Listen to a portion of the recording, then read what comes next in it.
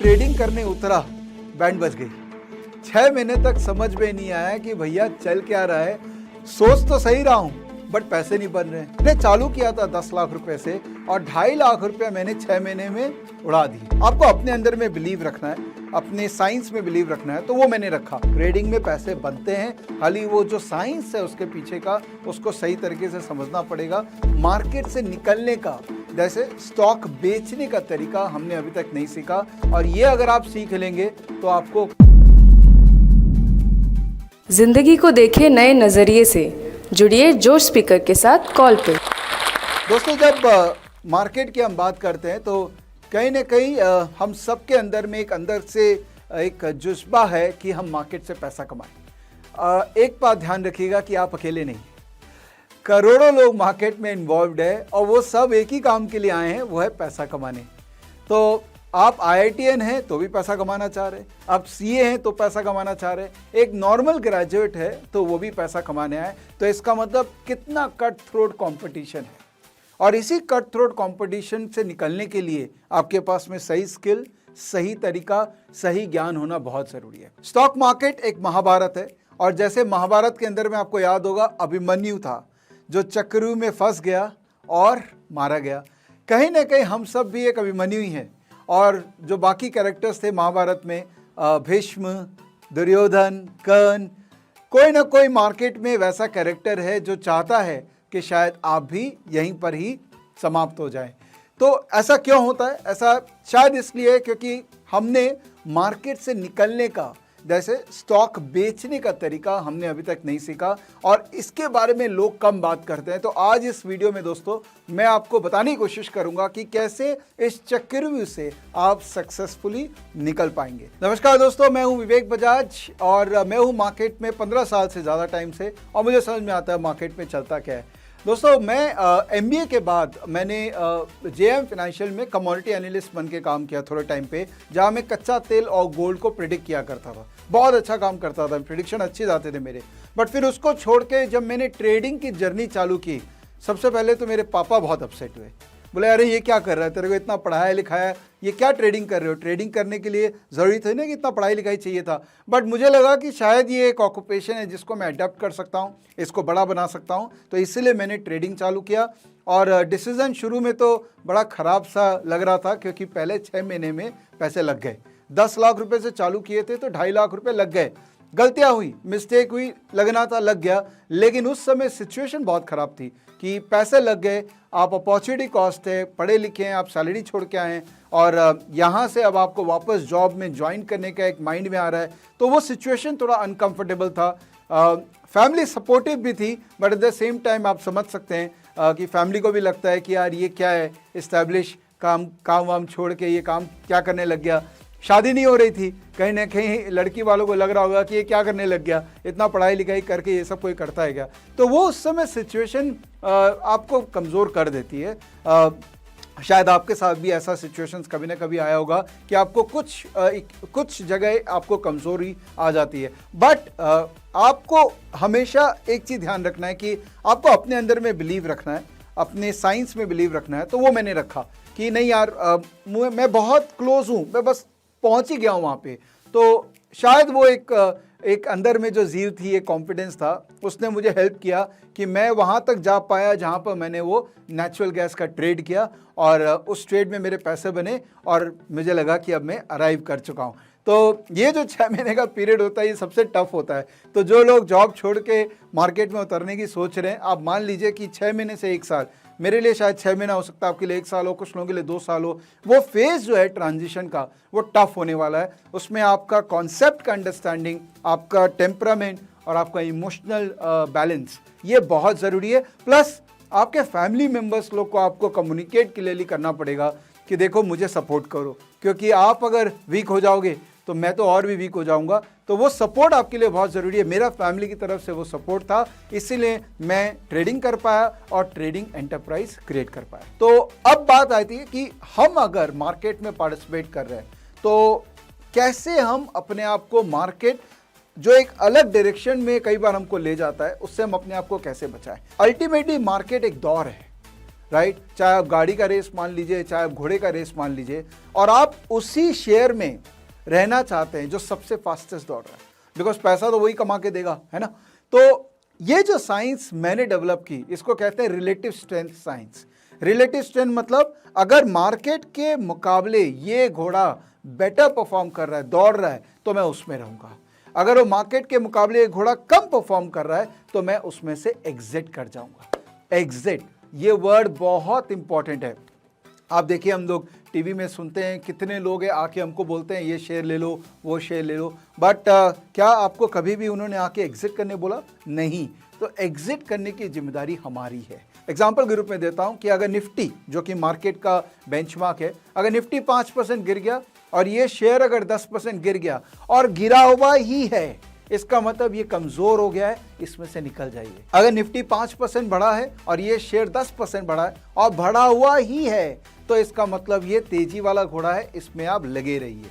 तो exit depend करता है कि आप किस अवधि और किस टेन्योर के लिए मार्केट में काम कर रहे हैं। अगर आप ट्रेडिंग कर रहे हैं, जनरली लोग बोलते हैं कि ट्रेडिंग में पैसे नहीं बनते, ऐसी बात नहीं है। ट्रेडिंग में पैसे बनते हैं, खाली वो जो साइंस है उसके पीछे का, उसको सही तरीके से समझना पड़ेगा।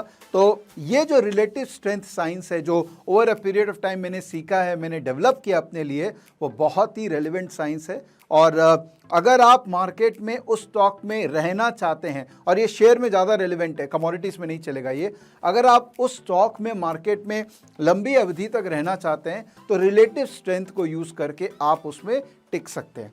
अब फाइनली निकले कैसे? हाँ, तो निकलने का तो भाई एक ही साइंस है कि जब वो प्राइस, जब वो भाव आपको बोल रहा है कि भैया निकल जाओ, तब आप निकल जाओ। अब वो भाव की भाषा, इसका मतलब वो भाव आपसे दोस्ती करेगा, आपको बोलेगा कि देखो भैया अभी मैं नीचे जाने के मूड में हूँ, तुमको निकलना है तो निकल जाओ। वो तभी आ जाती है जब आप उस भाव को कॉन्स्टेंटली ऑब्जर्व करते हैं, उससे एक दोस्ती करने की कोशिश करते हैं, एंड फाइनली वो भाव आपको बोलता है कि चलो भैया निकल जाओ। एक साइंस मैं आपको दे देता हूँ इसमें कि टिपिकली क्या होता है कि कोई भी शेयर जो स्ट्रांग होता है, इसका मतलब जो तेजी का घोड़ा होता है, वो अपने पिछले 1 साल के हाई के पास में ट्रेड कर रहा होता है। इसका मतलब किसी भी शेयर का 1 साल पहले दाम होगा से 100 रुपया, और आज अगर उसका दाम है 200, तो 200 उसका पिछले 1 साल का हाई है, ठीक है। तो जनरली तेजी का घोड़ा हाई के आसपास ट्रेड कर रहा होता है। तो एक कॉन्सेप्ट हमने इंट्रोड्यूस किया, हाई जोन। हाई जोन का कॉन्सेप्ट ये है कि 52 वीक हाई, समझ रहे ना, 52 वीक हाई से 15% नीचे, तो जो तेजी का घोड़ा होता है ना, वो अपने 52 वीक हाई के 15% के अंडर में ही रहता है। इसका मतलब 200 का 15% हो गया तकरीबन 30, सो 200 माइनस 30, इसका मतलब 170। तो जो तेजी का घोड़ा होता है वो 170 के नीचे जनरली नहीं जाता है। बड़े स्टॉक्स, छोटे स्टॉक्स की अगर बात करें तो आप 20% उसको मान लीजिए। तो कोई भी स्टॉक में अगर आपके दोस्त ने आपको लेने बोला है छोटी अवधि के लिए, तो आप उसमें देखिए कि क्या वो तेजी का घोड़ा है कि नहीं। जब तक वो तेजी का घोड़ा है तब तक आप रखिए। जिस दिन वो तेजी का घोड़ा नहीं है, जिस दिन वो अपने 52 वीक हाई से 15 या 20% नीचे चला गया, उस दिन उसको जयराम जी की कर दीजिए, क्योंकि हो सकता है वो शेयर अब नीचे की तरफ है और आप फंसे रह जाएंगे। ये हुआ अगर छोटी अवधि के लिए किसी ने आपको स्टॉक रिकमेंड किया। अगर किसी ने आपको इन्वेस्टमेंट के लिए रिकमेंड किया, मतलब वो कहता है कि भाई लॉन्ग टर्म, पहली बात तो ये बात समझिए दोस्तों कि लॉन्ग टर्म में हम सब मरेंगे, तो लॉन्ग टर्म कुछ नहीं होता है। बट चलिए, आपको किसी ने बोल ही दिया कि चलो 5 साल के लिए ये शेयर लेके छोड़ दो, तब आपको उनसे क्वेश्चन करना पड़ेगा कि क्यों लें, क्या बिजनेस है, क्या मॉडल है, ये कंपनी रहेगी कि नहीं रहेगी, इसका प्रोडक्ट का डिमांड होगा कि नहीं, इस इंडस्ट्री में ग्रोथ होगा कि नहीं। तो वहाँ पर बिजनेस का अंडरस्टैंडिंग होना ज़्यादा ज़रूरी है देन प्राइस का अंडरस्टैंडिंग। तो एग्जिट, अब आपको समझ में आ रहा होगा कि क्या आप ट्रेडिंग कर रहे हैं या इन्वेस्टिंग कर रहे हैं। अगर आप इन्वेस्टिंग कर रहे हैं तो एग्जिट आप बिजनेस से कर रहे हैं, ठीक है, क्योंकि अल्टीमेटली आपने बिजनेस में इन्वेस्ट किया है। अगर आप ट्रेडिंग कर रहे हैं तो एग्जिट आप भाव से कर रहे हैं, और भाव की भाषा सबसे इंपॉर्टेंट बात है शेयर बाजार में, और ये अगर आप सीख लेंगे तो आपको कोई भी डिफीट नहीं कर सकता। अभिमन्यु का यही प्रॉब्लम था कि उसको वो एग्जिट का साइंस नहीं मिला था, लेकिन अगर आप ये भाव की भाषा सीख लेंगे, और नहीं है टफ, खाली एक एफर्ट डालना पड़ेगा, मे बी 30 घंटे 35 घंटे की स्टडी आपको करनी पड़ेगी। जितना आप उस भाव को देखेंगे उतना वो भाव आपको अपनी तरफ एक कंफर्ट जोन में लेके आएगा। तो ये जो साइंस मैंने आपको कहा ना, 52 वीक हाई जोन, अगर उसके नीचे में वो स्टॉक चला गया तो हमको एक बार निकल जाना है। कब घुसेंगे? हम तब घुसेंगे जब वो वापस 52 वीक हाई जोन में आ गए। उससे प्रॉब्लम क्या होगा? प्रॉब्लम ये होगा कि सपोज हमने एग्जिट कर लिया 160 में और वापस वो 52 वीक हाई जोन में आया 170 में, हमको 10 रुपया मार्केट को देना पड़ गया। दे देंगे? क्या दिक्कत है? चांसेस क्या था? 160 के बाद वो 110 हो सकता था। तो आपने अपना चांसेस ऑफ सक्सेस को बढ़ा लिया। 10 रुपया मार्केट को दे दीजिए, लेकिन उन्हीं घोड़ों पे राइड कीजिए जिन घोड़ों का ऊपर जाने का चांसेस बहुत हाई है। आपको एग्जांपल देता हूं, अडानी स्टॉक्स। आप देखे होंगे पिछले 1 साल 2 साल के अंदर में कैसे भागे हैं। आप टिपिकली उनको ऑब्जर्व करोगे तो वो स्टॉक अपना 52 वीक हाई के 20% के नीचे नहीं जाते हैं। इसका मतलब वो तेजी के घोड़े हैं, उनमें आप राइड करिए। जिस दिन 20% नीचे चले गए उस दिन उनको बाय बाय कर दीजिए। तो ये थॉट प्रोसेस अगर आप मार्केट में रखेंगे ना, तो मुझे लगता है कि आप उल्टा पुल्टा स्टॉक में जो फंसे रह जाते हैं हम लोग, उसमें नहीं फंसेंगे। ये तो हो गया टेक्निकल बात है, बट एक और एस्पेक्ट मैं आपको बताता हूं कि देखिए, बॉटम में घुसना और टॉप में निकलना ये प्रैक्टिकली हम लोगों के लिए पॉसिबल है। क्यों? क्योंकि मार्केट के अंदर में ऑपरेटर है और वो ऑपरेटर ही बॉटम बनाता है और ऑपरेटर ही टॉप बनाता है। अगर आपके पास उसका फ़ोन नंबर है तो वो आपको बता देगा, लेकिन अनफॉर्चुनेटली हम सबके पास तो नहीं है, तो हमारे लिए वो पॉसिबल नहीं। तो हमको एंट्री और एग्जिट दोनों को प्लान आउट करना चाहिए। कैसे प्लान आउट करेंगे? कि आप डिसाइड कर लीजिए, और ये आपका खुद का एक जजमेंट है, इसमें मेरा कोई रोल नहीं है।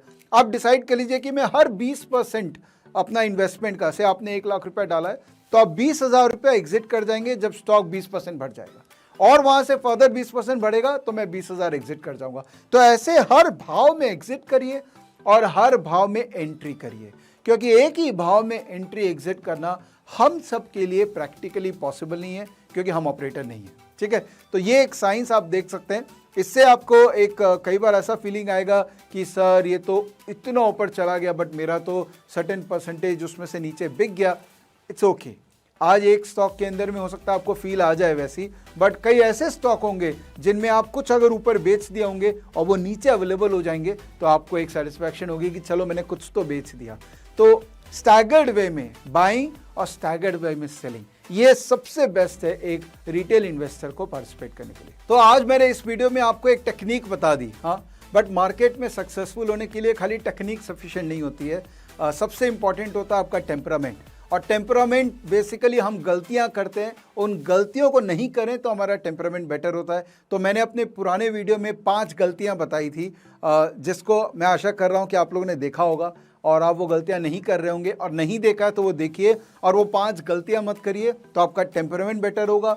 आज जो टेक्निक सीखा है वो टेक्निक यूज़ कीजिए तो आप बेटर एंट्री एग्जिट कर सकते हैं। और मैंने जैसा कि वीडियो में कहा था कि उस समय जब मैं ट्रेडर था तो मेरी शादी नहीं हो रही थी, बिकॉज लोगों को लगता था कि ट्रेडर की शादी नहीं होती है, बट शादी तो हो गई, 3 बच्चे भी हो गए, तो वैसे अब प्रॉब्लम नहीं है। और आज के युग के अंदर में ट्रेडिंग एज एन ऑक्यूपेशन ये एक्सेप्ट हो चुका है। अब आज ऐसा नहीं है कि किसी को प्रॉब्लम है अगर मैं अपने बेटी की शादी किसी ट्रेडर के साथ कर रहा हूँ, बिकॉज ट्रेडिंग बहुत अच्छा ऑक्यूपेशन है, किया जाए सही तरीके से तो ये भी एक साइंस है। ये सट्टाबाजी नहीं है, ये साइंस है, लेकिन उसको साइंस की तरह हमको करना पड़ेगा, अडेप्ट करना पड़ेगा। तो ये वीडियो आशा कर रहा हूँ आपको वो साइंस भी इंट्रोड्यूस किया होगा। आर्ट मैंने इंट्रोड्यूस किया था पिछले वीडियो में, तो ये दोनों आर्ट एंड साइंस मिला के अब आपको अच्छा